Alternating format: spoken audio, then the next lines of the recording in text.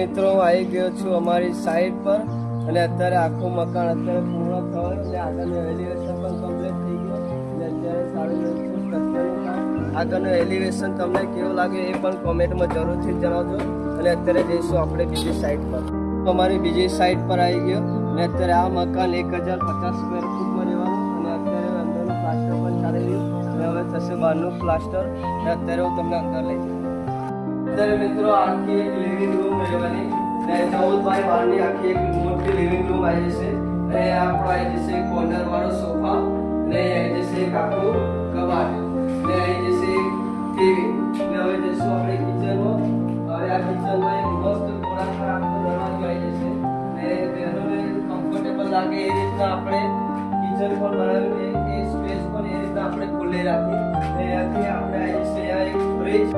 અહીંયાથી આપણો આવી જશે આખું એક પ્લેટફોર્મ સરસ અને 3 બાય 3 ની એક આપણે બારી પણ મૂકવામાં આવી અને અત્યારે અહીંયા પથ્થર પણ આવી જશે અને આખી આ બધી સ્ટાઇલો પણ લાગી જશે આપણે જઈશું આ બેડરૂમમાં અને સરસ અહીં પથ્થર પણ આવી જશે અને અત્યારે આખું મસ્ત 12 બાય 12 નો આપણો બેડરૂમ લેવાનો અહીંયા આપણો આવી જશે આપણો બેડ અને આ 4 બાય 4 ની અત્યારે આ બારી પણ આવી જશે અને સરસ મસ્ત રીતે ખુલ્લી જગ્યામાં આપણો બેડરૂમ આવી જશે અને અત્યારે આપણો વધારાનો સામાન પણ અહીંયા મૂકવામાં આવ્યો અને અત્યારે આપણો અહીંયા આવી જશે એક સરસ બાથરૂમ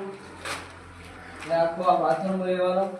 અને અહીંયા લાગી છે આપણી સ્ટાઇલો ને એ રીતના આપણે એક બીજો પણ બેડરૂમ છે અને અત્યારે આપણે અહીંયા પણ પથ્થર પણ આવી જશે અને અત્યારે 12 બાય 12 નો એક